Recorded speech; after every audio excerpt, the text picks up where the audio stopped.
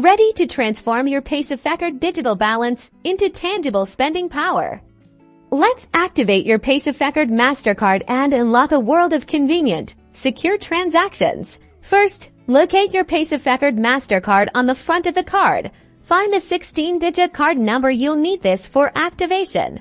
Now, head over to the Paysafecard website and log into your account. Make sure you're logging into the account associated with the Paysafecard MasterCard you want to activate.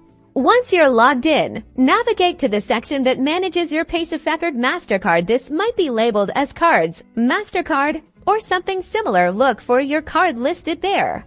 Locate the Activate Card button or link next to your Paysafecard MasterCard. Click on it to begin the activation process. You'll be prompted to enter some information for verification. Type in your 16-digit card number, the expiry date printed on the front of your card, and the CVV code located on the back. Double-check everything.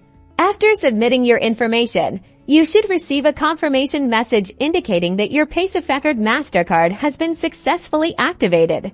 Congratulations! Your Paysafecard MasterCard is now ready to use anywhere MasterCard is accepted, online or in stores. Enjoy the freedom and flexibility of spending your Paysafecard balance.